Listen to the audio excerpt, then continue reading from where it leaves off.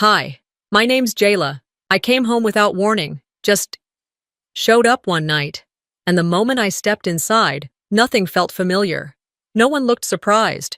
No one saved me a seat. Then I heard it, my sister's scream, from behind a locked door. I called 911. But what they found inside, it wasn't just a bad night. It was years of secrets, of silence wrapped in smiles, of a man who called himself our stepdad but owned every room we breathed in. And the worst part?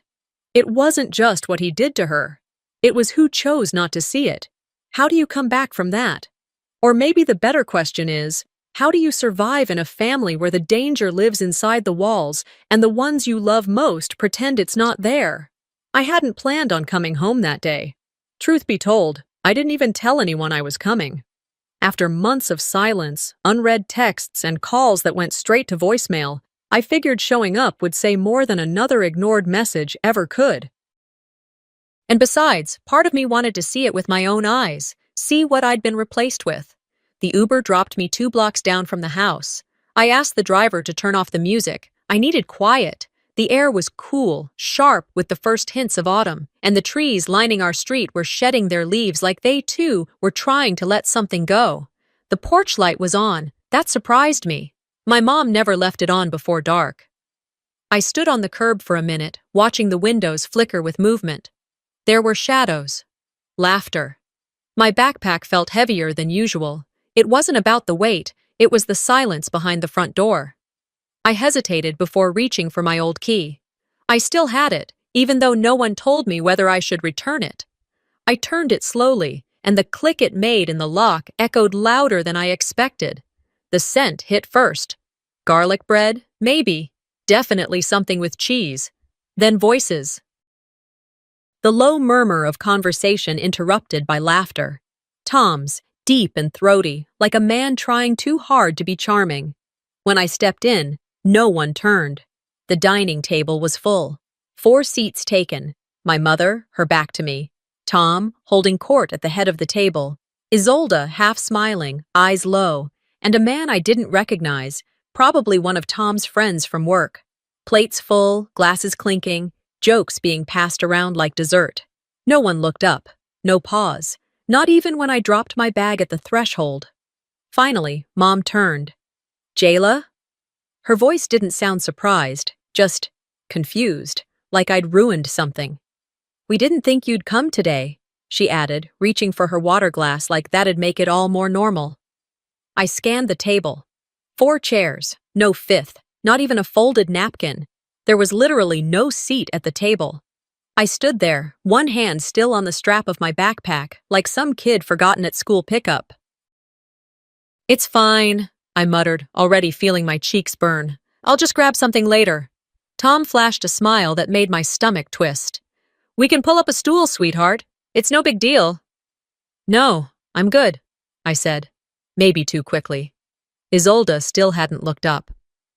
I made my way to the kitchen, pretending to dig through the fridge.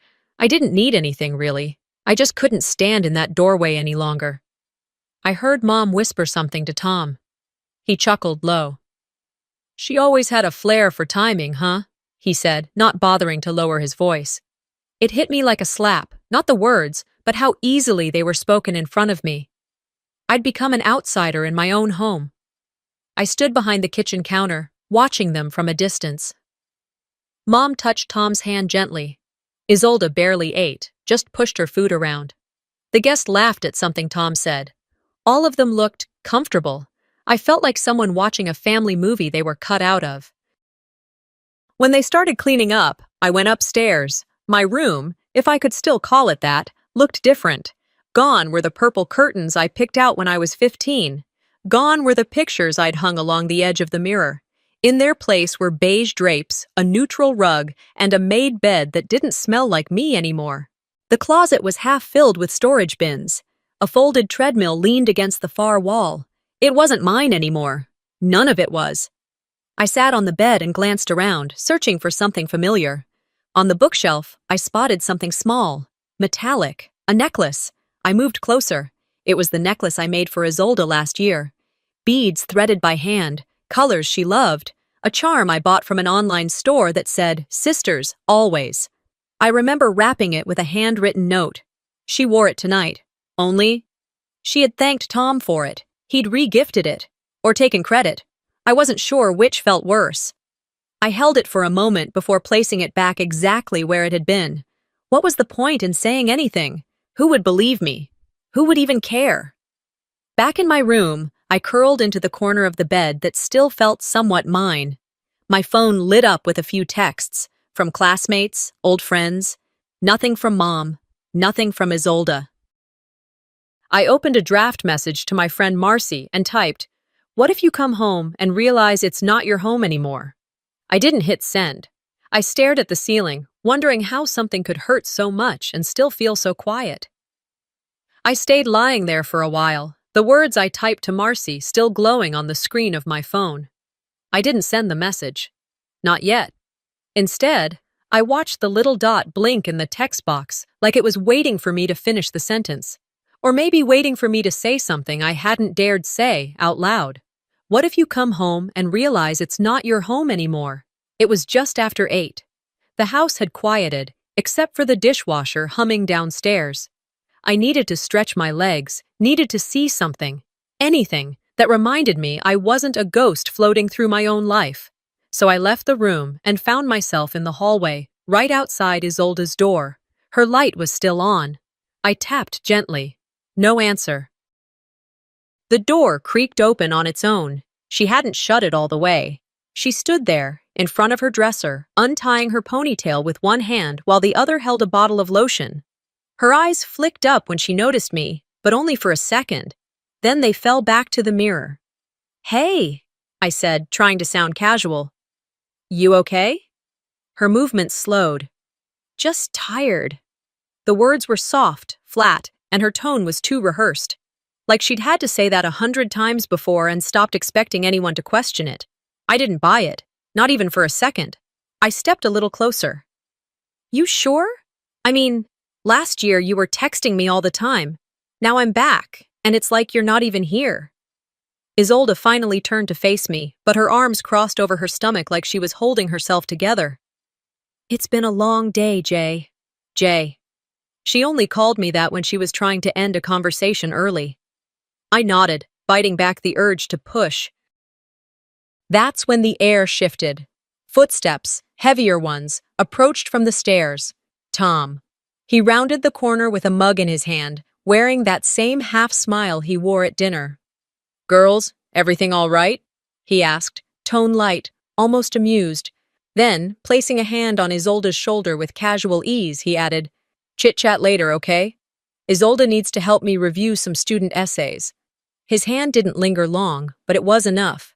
Isolde stiffened beneath it, just for a second, but it wasn't subtle, not to me. She didn't look up, she didn't speak. I didn't say a word either, but I saw it. Tom turned to me. "Don't worry, Jayla. You'll have plenty of time to catch up." He walked her down the hall like a man guiding a marionette. Isolde's eyes never met mine again.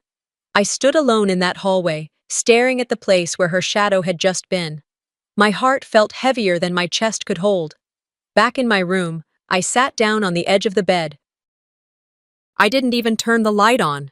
I just stared at the ceiling fan turning slowly overhead. Something about the way she reacted to his touch. It reminded me of something. A memory I had shoved to the back of my mind resurfaced. It was just over a year ago, a Thursday night. I had walked in on Isolde crying in the laundry room, head down, face buried in a towel. I thought maybe it was about her ex. I asked if she was okay. She had looked at me through red eyes and said, "You should just go. You always get to leave." Later that week, Tom had told Mom I needed structure, that my attitude had shifted, that I was beginning to act out. Mom, tired from working back-to-back shifts, didn't argue. I got a brochure for a private boarding school in the mail 3 days later. And just like that, I was gone. Now, lying in this half-stranger's version of my old room, I began to wonder, was I sent away because I asked the wrong question at the wrong time? My phone buzzed next to me. A new email. College update. I didn't open it. Instead, I pulled the comforter around me, tried to settle my breath, and listened to the quiet outside my door. It wasn't silent, not really. There were muffled sounds, a soft bump, maybe someone dropping something, then murmuring, then nothing. I waited. I strained to hear something, anything, but the quiet that followed was thick, heavy, like the air had turned to syrup. I grabbed my phone and typed out a message to Isolde. "You good?" I waited. No response. I clicked the phone off and stared at the black screen. The fan turned above me. The light under my door flickered as someone moved past in the hall. Then quiet again. Something in my chest tightened. This wasn't tired. This wasn't homework. This wasn't just me overthinking. It was fear. Real and breathing and right outside my door. I pulled the comforter tighter around me, heart drumming louder than I wanted to admit. And somewhere deep inside, the realization began to settle. I hadn't just come home to visit. I'd walked into a house full of people pretending everything was fine, while something inside these walls was deeply, horribly wrong. 2 nights later, I found myself once again wide awake, staring at the ceiling fan rotating slowly above me. That thing had become the only constant since I came back, the only movement in this house that didn't feel calculated. I tried closing my eyes, but the silence was too loud, and not the peaceful kind. This was the sort of quiet that felt like it had something to hide. I sat up in bed, glancing at the time, 12:16 a.m. The house was dead still, but the memory of Isolde flinching under Tom's hand wouldn't leave me alone. It looped in my mind like a scene I wished I'd paused on, studied longer. Every part of me knew something was off. The way her eyes dulled, the way she avoided me. I shifted under the sheets, hoping a change in position might ease the tension gripping my chest. It didn't. Instead, I started listening more intently, to the walls, to the floorboards, to the small creaks that always come with a house this age. Then I heard it. A noise, short, sharp, muffled. Not loud, but unmistakably human. I sat up straighter. My heart jumped ahead of my thoughts. Then came the sound that shattered whatever normalcy was left, an abrupt, cut-off scream. It wasn't the kind you hear in movies, full-throated and cinematic. This was low, guttural, like someone trying not to scream but unable to hold it back, like pain had broken through the dam of silence. I threw off the blanket and ran toward the hallway. Tom's door was closed. Light bled out from underneath, flickering just slightly like someone was pacing inside. I knocked once, hard. "Isolde?" No answer. I knocked again, louder. "Isolde, it's me." Still silence. I tried the doorknob, locked. I didn't think. I just started pounding. "Open the door! Tom, open this door right now!" Something thudded against the wall. Then another noise, softer, like crying. That's when I stopped knocking and grabbed my phone.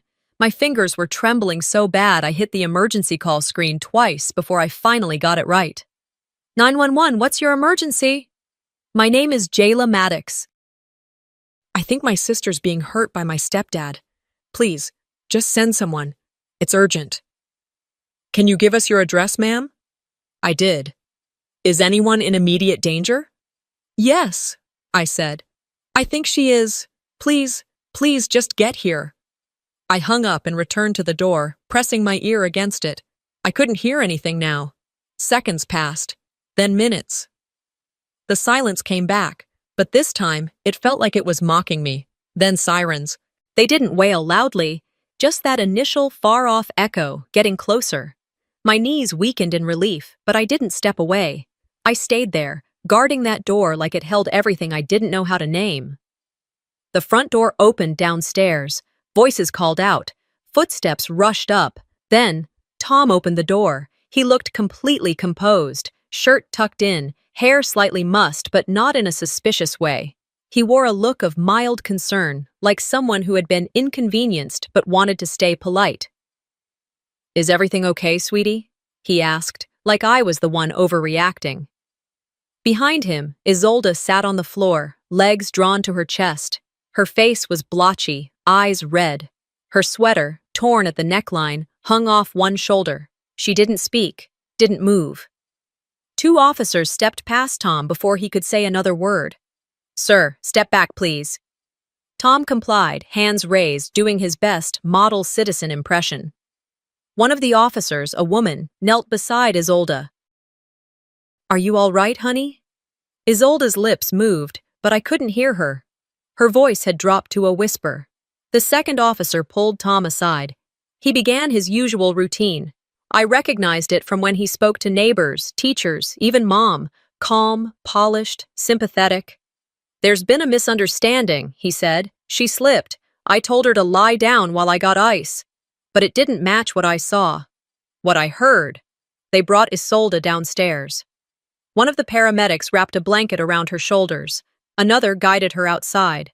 She didn't look back. I followed but stopped at the threshold. I didn't want Tom behind me.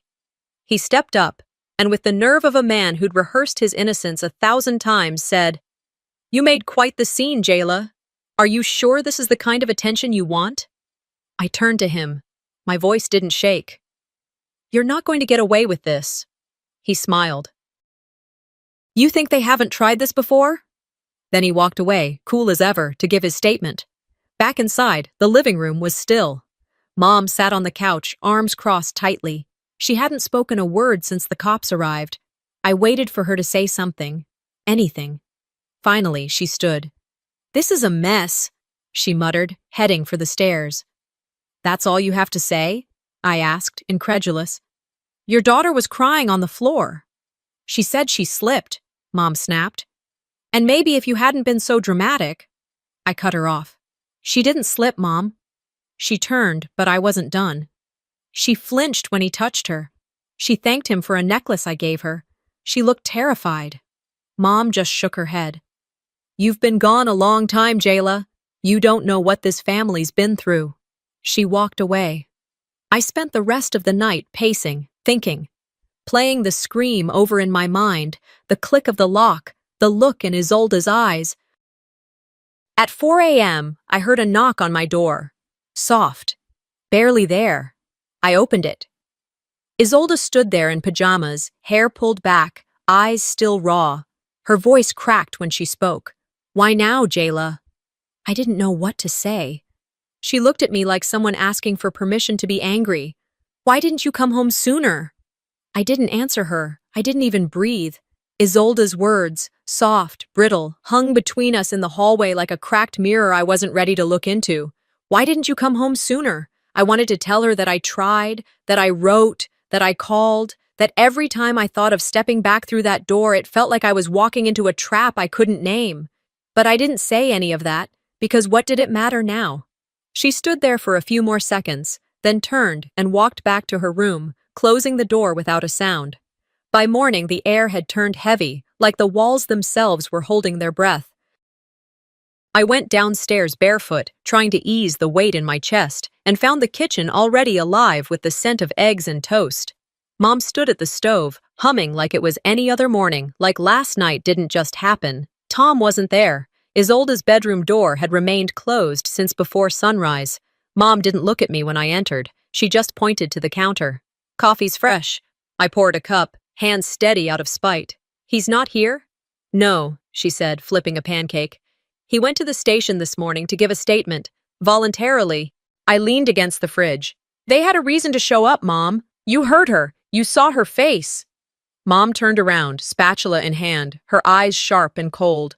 "What I saw was you banging on a locked door in the middle of the night, accusing your stepfather of God knows what in front of the neighbors and 2 police officers. You embarrassed us." "Embarrassed us?" I repeated, nearly choking on the words. She was on the floor, shaking. Her shirt was torn. "That's not a misunderstanding." "She said she slipped." "No," I said, voice rising. "That's what he told her to say, and you're eating it up like it's gospel." Mom stared at me, her jaw tight. "Do you have any idea what you've done? You're trying to destroy this family." The sentence hit like a slap. "No," I said, shaking my head slowly. "He already did that. I'm just the one who finally called it out." She didn't respond. She just turned back to the stove. An hour later, I got a call from Officer Quinn, asking me to come down and give a formal statement. They'd already spoken with Tom and my mother. I didn't ask if Isolde had gone. I didn't need to.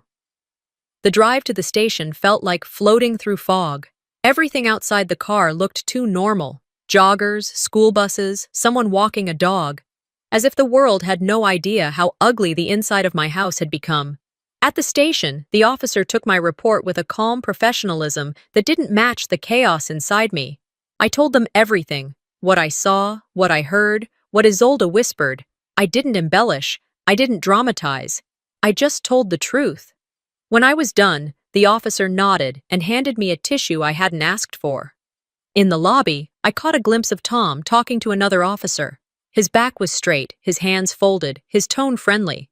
If I hadn't known better, I'd think he was giving a lecture at a PTA meeting. I didn't approach him. I didn't have to. I knew what his version would be.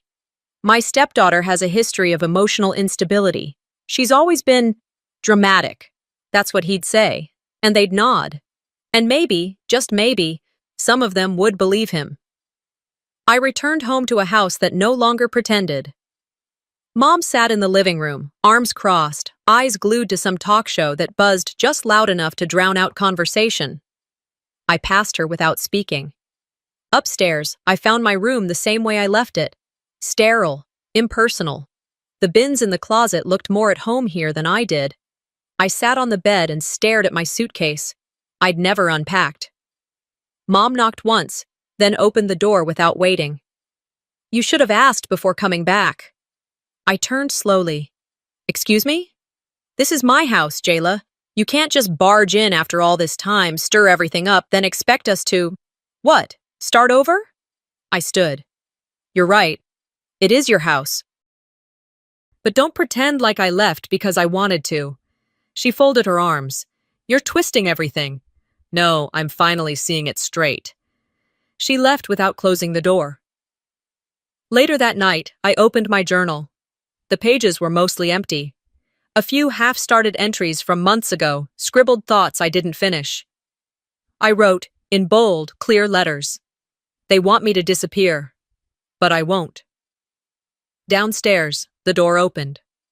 Tom was back. I waited a moment, then went down. He stood by the counter, a glass of water in his hand, like it was his kitchen and I was just visiting. "You think this is over?" he asked, not turning around. I didn't answer. He turned, smirking. "You're playing a dangerous game, Jayla. Be careful who you cross." I stepped closer. "You can fool her. You won't fool me." He leaned in slightly, his smile colder than I'd ever seen. "You'll regret this, little girl."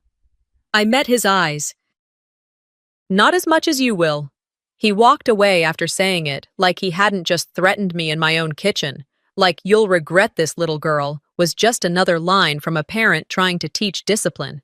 I didn't flinch, not while he was looking, not even when the door clicked behind him. But I felt it later, in the weight that settled into my stomach, in the ache that clung to my hands long after I'd curled them into fists and let them go. 2 days passed without anyone addressing the night that cracked this house open. Mom stopped making full meals.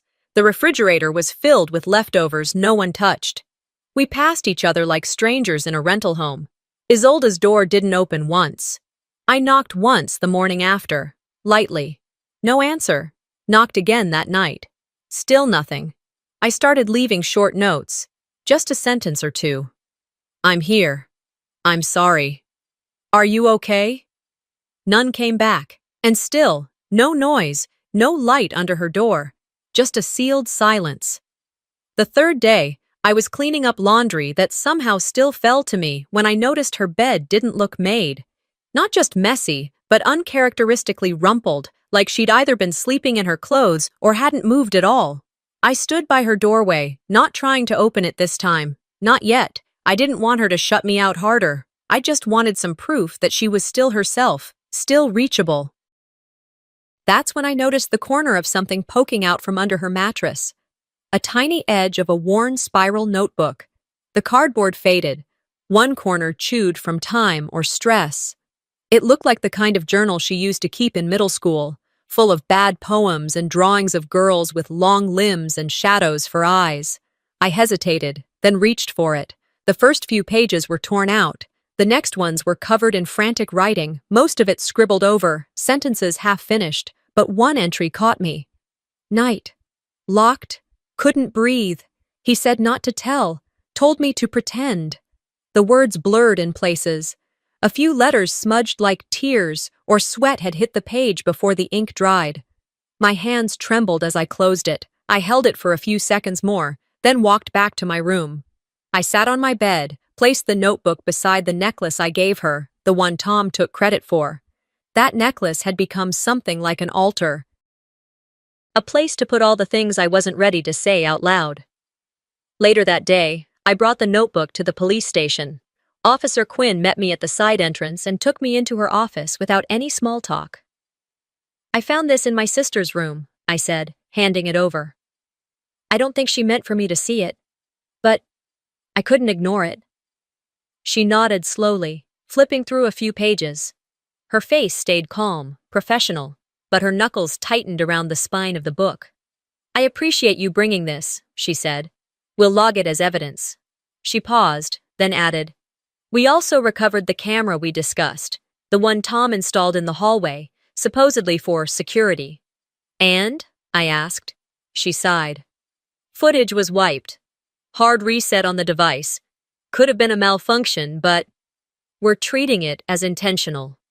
I swallowed, the taste of defeat sharp on my tongue. So, what now? We build a case, she said. Even without that footage. It's harder. But not impossible. I nodded and left the station, gripping my coat tighter around my shoulders, even though it wasn't that cold. That evening, I noticed a shift in the air at school. Not everyone knew, of course, but some did. The counselors, for sure. A few teachers. Word travels fast in small communities, especially when you're not trying to make it travel at all. During fourth period, a counselor pulled me aside. Miss Finch, young, awkward, new. She smiled in that overly cautious way people do when they think they're helping but really just want you to sit down and stop making things complicated. I just wanted to check in, Jayla, she said. We've noticed you seem withdrawn. Is everything okay at home? I gave her a look. Define okay. She cleared her throat. Your stepfather. He reached out, expressed concern. Did he? I said, already knowing the answer. Yes, he said you've been struggling since coming back. That maybe you were reacting to unresolved grief. Your father. My jaw locked. Don't talk about him. She blinked. Sorry. I didn't mean. I stood up. I'm fine.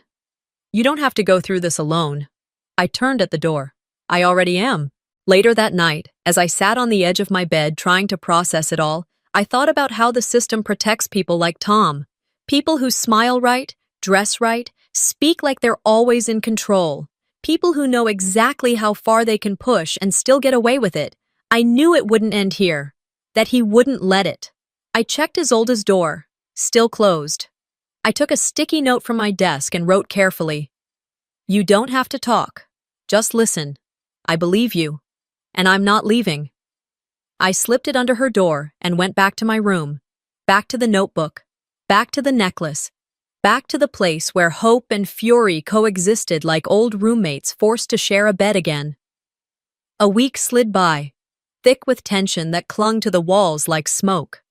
I woke every day to the same silence, moved through the house like an unwelcome guest, and went to sleep in a room that still didn't feel like mine. But I stayed. I needed to be a presence, even if I wasn't being heard.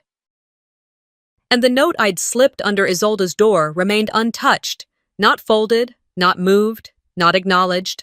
Still, I left another the next day, and the day after that. At school, I started feeling the shift, not overt, not outright, but subtle. Whispers as I passed, eyes that didn't linger long enough to be obvious, but didn't look away fast enough to pretend they weren't watching. People knew something, or at least they thought they did. It was Wednesday when the guidance counselor called me in.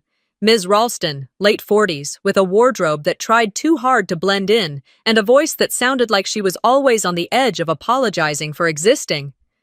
Jayla, honey, do you have a minute? I followed her into the office, sat across from her at a round table with a stress ball in the middle. The blinds were drawn. It felt like being invited into a conversation where the outcome had already been decided. She folded her hands. I just wanted to check in. Things at home. We've heard there's been some tension.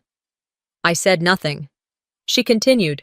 Sometimes, when we go through changes or feel unsupported, it's easy to project our discomfort onto those around us, even those who care about us deeply. My jaw tightened. You think I made this up? She blinked. No, that's not what I'm saying. But that's exactly what you're saying. I'm saying trauma can look different in different people. Maybe what you're experiencing isn't exactly what's happening. Emotions are powerful. I didn't hallucinate the police showing up at my house, I snapped. I didn't imagine my sister crying in a corner. Mrs. Ralston shifted in her seat, still wearing that patient look that made me want to break something. We're just trying to make sure you're supported, she said, and that you're not letting personal grief cloud your perception. Personal grief. She meant my dad. I stood up. I'm good. Thanks. I walked out of that room shaking, not from fear, but from rage so hot it made my fingers go numb. That night, I watched as the rumors exploded. An anonymous blog post popped up, accusing me of being an attention seeker, someone who'd always created chaos. It listed out moments from my past completely twisted, how I used to get into arguments with teachers, how I'd once slapped a kid for making fun of Isolde in 8th grade. None of the context, just ammunition. I didn't respond. Instead, I sat at my desk, opened my laptop, and hit record. I didn't rehearse. I didn't write a script. I looked directly into the camera and said, I'm not here to prove anything. I'm here to speak because no one else is. I talked about silence, about the way abuse hides not in screaming, but in quiet glances, in the way people flinch when no one else notices, in the way girls are taught not to cause a scene. I didn't name names. I ended it with a question. If no one listens, will you still speak? I uploaded it anonymously. No tags, no identifiers, just truth. The next morning, it had 50 views. That night, 300. By the weekend, it hit over 1,000. The comments started slow. My sister went through this, too. I didn't say anything when I should have. I'm sorry. I believe you. That Monday, I brought Isolde's notebook to Ms. Cartwright, my old English teacher. She was the one who got me into writing, who once told me that words, when placed right, could tear down walls. I handed it to her, explained what it was, what I thought it meant. She flipped through the pages, her eyes scanning the smeared ink, the frantic handwriting. Then she looked at me with a sadness that didn't belong in someone who once called herself a protector. I'm sorry, she said. It's just not enough. These are incomplete thoughts. There's no context. It wouldn't hold up as anything more than personal reflection. I stared at her. She wrote, he said not to tell. What more do you need? She shook her head. It's not about what I need. It's about what's admissible. I left the classroom more disappointed than surprised. That night, I got a text from Officer Quinn. Don't stop. The more you speak, the more cracks you make. And somehow, that meant more than any teacher's apology. I scrolled through the comments on the video again. One caught my eye.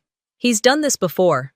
You're not crazy. Check Oak Ridge Middle, 2015. It came from a private profile.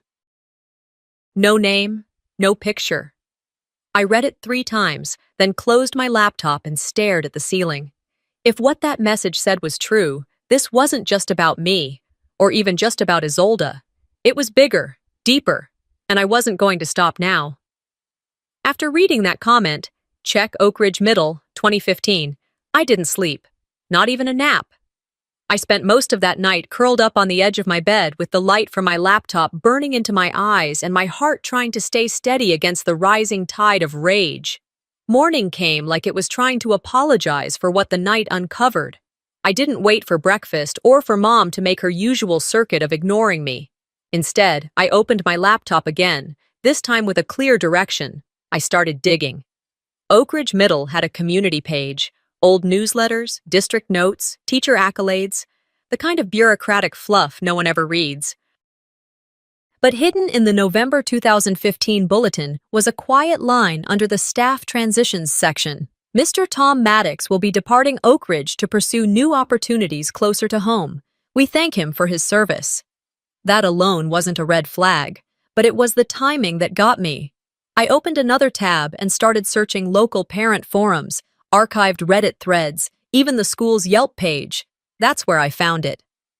A comment from a parent dated 2 days before the newsletter's release. My daughter's uncomfortable around her science teacher, says he makes weird jokes and stands too close. Other girls have said the same. Not sure what to do. He's so well liked. I clicked deeper. Another comment followed, weeks later. Teacher gone. No investigation, just gone. Nobody wants to say why. My hands curled into fists. It wasn't just us. That afternoon, I checked my inbox and found a message from a name I didn't recognize. Caden Rowe. The subject line just said, I should have said something then. Inside the message, it read, I was at Oak Ridge in 2015. I was one of Tom's tutoring kids. I saw Isolde once. She was crying in the hall after a meeting with him. I didn't ask. I didn't want to get involved. That silence helped him. I won't be silent again. I stared at those words, letting them wash over me. I messaged him back. We agreed to talk the next day, and when we did, I didn't have to pull a single word out of him. He confessed what he remembered clearly, the way Tom would compliment girls on their mature posture, the subtle touches passed off as encouragement, the jokes that weren't appropriate no matter how you spun them. Back then, I thought if no one else was saying anything, maybe I was overreacting, he told me. Now I know. That's what he counts on. That night at dinner, I tried to bring it up to Mom. I found something, I said, pushing my plate away untouched. She didn't look up from her phone. About Oak Ridge Middle, I continued. Back in 2015. There were girls. He left quietly. Her fingers stopped moving. She looked at me for the first time all week. You've been snooping again. I'm not snooping. I'm connecting dots you refuse to see. She stood up so fast her chair scraped the floor. You are digging for drama, Jayla. You don't care about this family. You never have. You just want to burn everything down so you can feel important. I stood too, slower. You're mad because I'm doing what you should have done. Protected her. Her mouth opened like she was going to argue, then closed again. Behind me, Tom stepped into the room. You're making enemies you can't see, he said, voice smooth. Good, I shot back. Let them come into the light. He didn't answer. He didn't have to. The next day, I requested to speak at the school board meeting. They were holding it virtually, streaming live for the community. I told them I had information that concerned a former educator who now worked within the Fort Collins district. They granted me 5 minutes. I spent the day preparing, not just with facts, but with focus. I printed screenshots of the Oak Ridge comments, Caden's written statement, even the official staff bulletin. I had my words ready, not scripted, but solid. When the meeting started, I logged in early, checked the video and mic twice. My heart beat in my ears, but I knew I had to stay steady. When it was my turn, I began, My name is Jayla Maddox. I'm a student at Fort Collins High School, and I have something to share about a man who should not be near children. I was 3 minutes in, just about to bring up the Oak Ridge Parent Forum posts, when the screen went black. The stream froze. On my end, everything looked fine. But I checked the YouTube link on my phone. It was down. Video unavailable, it said. I refreshed. Nothing. Within seconds, my connection to the board meeting platform dropped completely. My phone lit up with texts. Did it cut out? Was that intentional? Jayla, you okay? I stared at the screen. My hands had gone cold. 10 minutes later, Officer Quinn called. I saw what happened, she said. Your stream was tampered with. By who? We don't know yet, but we may have something. I sat down, pressing the phone closer to my ear. You remember that smart speaker in your living room? She said. Yeah. It uploads backups. My breath caught. We found audio. It was a gray morning, the kind that hangs low over the city like a warning no one wants to say out loud. We arrived at the courthouse just after 8. Isolde sat beside me in the back of Officer Quinn's car, her hands tucked under her thighs, eyes locked on the blur of buildings passing outside. She hadn't said a word since we left the house. Neither had I. In the front seat, Quinn made a few quiet calls, confirming our arrival time and reminding someone, maybe a clerk or the prosecutor, to prepare the file. We found audio. Those words echoed in my head. The night before, Quinn had told me the smart speaker in our living room, an afterthought purchase Mom once made on Black Friday, had been auto-saving short clips to cloud storage. One of those clips captured a piece of what happened that night. Not everything, but enough. Inside the courthouse, everything smelled sterile, coffee, dust, worry. It clung to the walls, clung to our clothes. A bailiff led us to a holding room while proceedings wrapped up from a previous case. "Are you ready?" I asked Isolde, my voice barely above a whisper. She didn't look at me, just nodded once. The door opened 20 minutes later. We were called into the courtroom. I thought I'd feel nervous, or sick, or something more dramatic. But when I walked down the aisle of pew-like benches and saw Tom sitting there in his pale gray suit, calm as ever, I didn't feel fear. I felt clarity. He turned, caught my gaze, and smiled, like none of this was real. Like I was a child playing courtroom and he was humoring me. The prosecutor stood, introduced the evidence, and then Officer Quinn walked up to the bench and presented the audio. A bailiff pressed play. It started with muffled movement, furniture creaking, a thump, then his voice. "You'll shut your mouth if you know what's good for you." Silence. Then Isolde's voice, small, cracked, broken. "Please, stop." The courtroom went still. No papers shuffled, no one whispered. Even the judge leaned slightly forward, his expression unreadable. The audio ended. Tom didn't move. Quinn stepped back. I turned to Isolde, who was staring down at her lap. Her hands trembled, but slowly she stood. "Miss Maddox," the judge said, "you may speak." She stepped toward the center, her voice quiet at first.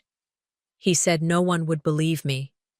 She glanced at Tom, then at Mom, who sat 2 rows back, frozen. "He said I was imagining things, that it was my fault when he came into my room, that if I said anything, I'd be responsible for tearing the family apart." She paused, swallowing, her chin lifted. "But Jayla believed me. She was the only one who did. And that saved my life." For the first time she looked at me, her eyes full of pain, but also something steadier, something healing. She believed me first. The judge gave a brief nod, then turned to the prosecution. Mom stood, and her hands shook as she spoke. "I chose comfort over truth," she said. "I didn't want to see it. I didn't want to believe my home could be poisoned from the inside. And because of that, my daughters suffered. I'm sorry, I was wrong." Then, without prompting, she walked to the clerk and handed over a document. I didn't need to read it to know what it was. Divorce papers. When the judge read the sentence, he didn't raise his voice. He didn't have to. "Thomas Maddox, you are hereby sentenced to 35 years in prison. You will not be eligible for parole for 20. Tom stood still as the bailiff approached. His expression didn't change, not even when the cuffs clicked shut around his wrists. As he was led past us, he looked at me one last time. No words, just that same quiet, smug smirk he wore the first day he met us. But this time, I didn't look away. Outside the courthouse, reporters crowded the steps, microphones, cameras, questions. Isolde stepped forward before they could speak. "My name is Isolde Maddox," she said, loud enough for the cameras to catch, but steady, strong. "But from today forward, I choose to be Isolde Hart, after my father, and this," she reached for my hand, gripping it tightly, "this is the only family I trust." They tried to ask more, but she didn't give them time. We walked down the steps together, shoulder to shoulder. That evening, back at the house, Mom moved slowly through the living room, clearing out anything of Tom's. Trophies, certificates, framed awards. The last to go was the wedding photo. She hesitated a moment, then dropped it into a cardboard box and taped it shut. "I should have known," she said softly. "I think part of me did. But knowing and admitting aren't the same." I said nothing. Just let her speak. "I'll spend the rest of my life trying to fix what I broke." "You don't have to fix it alone," I said. We sat in silence for a while, the soft buzz of the heater humming through the vents. The worst was over, but the weight of what we'd survived would take longer to leave. Still, it was a start. The press conference ended before noon, but it was well past dusk by the time we finally made it home. Home was a stretch, not in the sentimental sense, but in the physical one. Our new place was barely more than a second-floor rental above a worn-out dental office. The waiting room chairs below us creaked louder than the heater in our apartment, which was saying something. The blinds didn't fully close, and the linoleum near the sink had peeled into a corner that refused to stay down. But the rent was affordable. And for the first time in what felt like years, the quiet didn't feel like something to fear. It had been a month since the verdict, a month since the courtroom walls bore witness to truths too long buried. A month since the world had finally stopped pretending not to see. Since names were spoken out loud that had lived in whispers. Since I stood at a microphone with trembling hands and a steady voice and said what needed saying. And now, here we were. Still standing. The days since then had passed in the kind of fragile rhythm that defines early recovery. Some days felt like progress, bright, still, promising. Others were jagged, brittle, prone to crumbling at the slightest reminder of the past. But even then, the pieces of our lives were starting to settle into place. Maybe not neatly, and definitely not without cracks. But still, they were settling. One breath, one step at a time. Inside the apartment, Mom, Melvina, was in the kitchen. Not rushing, not pacing, not trying to outrun a nervous system on fire. She moved like a person who finally had room to slow down. Her gestures were small and deliberate, the kind you don't notice unless you've seen what chaos does to a body. She placed 3 mismatched mugs on the table, all of them filled with that cheap, syrupy, hot chocolate mix she used to keep in bulk when Isolde and I were little. We used to beg for it in winter, pretending it was a magic potion that made snow fall faster. Back when winter still meant something magical, back before everything fractured. Tonight, there were no illusions, no forced smiles, no pretending. But for once, we didn't need to pretend. On the wall above the couch, I'd hung a small wooden frame earlier that week. Inside, it was a note from Dad. Not the polished kind someone writes for a special occasion, but one of his offhand messages, scrawled on lined notebook paper in blue ink. I'd found it in a drawer after he died, folded so many times the paper threatened to split. "You see what others won't. Never forget that." He wrote it when I was 10. After I told him what I saw, the neighbor kicking his dog when no one else was watching. Everyone else had dismissed it, brushed it off. Maybe the dog was being aggressive. You probably misunderstood. But not Dad. He believed me without question, and that belief became a seed I carried, even when it felt like everything else had been stripped away. Isolde sat beside me on the floor, her back against the couch, legs curled up beneath her like she used to when we were kids watching late-night cartoons. She hadn't said much since court, but she was here, every day, with her presence, her silence, her stillness, and that was enough. Melvina dried her hands on a dish towel and suddenly said, "We should get a tree." Isolde opened one eye. "You hate trees." "I hated his trees," Mom clarified. "Those plastic ones with color-coded branches and lights that always blinked at different speeds. They looked like department store displays. No soul." She paused. "I miss the real ones. The smell, the mess, the frustration of untangling lights that somehow tied themselves into knots every year." "I can get one," I offered. "There's probably a lot left. It's already mid-December." "So?" she said, shrugging. "It's not about the calendar anymore." We didn't get the tree that night. We didn't bake sugar cookies or hang ornaments. There was no festive garland or holiday movie marathons, but we lit a candle. We put on an old record, something scratchy and slow that filled the space with warmth. We didn't talk much. We didn't need to. A holiday with no glitter, no guests, no expectations, but full of presence. And somehow, it was more than enough. A few nights later, winter settled deeper into the neighborhood.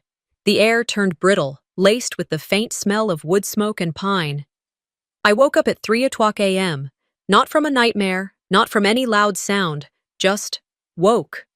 My chest was tight, the kind of tight that no breath could quite fix.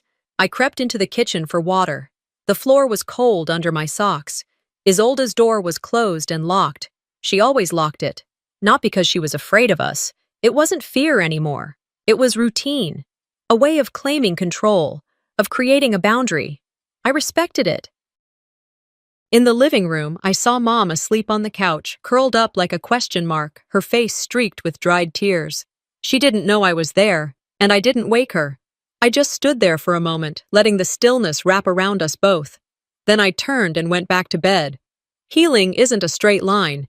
Everyone says that, but few understand what it really means. It means some days are steady, others sting. It means feeling joy, then guilt for the joy. It means crying in the shower even after the court date is over. It means laughing at a meme and wondering if you're allowed to feel light again. It means watching someone else sleep through their pain and knowing you can't take it away. The next morning, I checked my email and found a name I hadn't expected. Caden. The subject line was blank, but inside was a message I didn't know I needed. Jayla, I watched the press conference.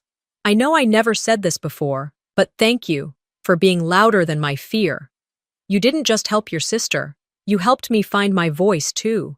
I joined a local survivor group. I've started speaking to students. Small stuff, but it matters. One kid asked me if people will ever stop blaming victims. I told him the truth. Not always, but someone has to speak anyway. You reminded me that it counts. It always counts. I didn't cry. I didn't need to. Ayo, that message was the kind of breath you don't realize you've been holding until it finally leaves you. It didn't erase the past, but it marked something new, something forward. A few days later, I walked to the Fort Collins Community Center and signed up to volunteer for their winter clothing drive. Just a few hours a week. Nothing major. The sign-up sheet asked for an emergency contact. I paused. Then, for the first time in years, I didn't hesitate. I wrote, Isolde Hart. And underneath, without thinking, almost instinctively, I added, Sibling of Isolde Hart. 2 simple lines. Just ink on a form. But to me, it meant everything. We weren't healed. We weren't fixed. Life hadn't snapped back like a rubber band to the way it used to be. But we weren't surviving anymore either. We were living together. And for now, that was enough. Sometimes the hardest truths are the ones buried right inside our own homes, masked by routine, hidden by silence, and ignored by the people we expect to protect us. Jayla's story isn't just about justice, it's about listening when it's uncomfortable and standing up when no one else will. Have you ever questioned the stories your family tells, or felt like the only one who saw what others refused to see? If this story moved you, don't forget to like, share, and subscribe for more real-life inspired stories, just like this one. We have more coming, stories of courage, truth, and the quiet strength it takes to speak up.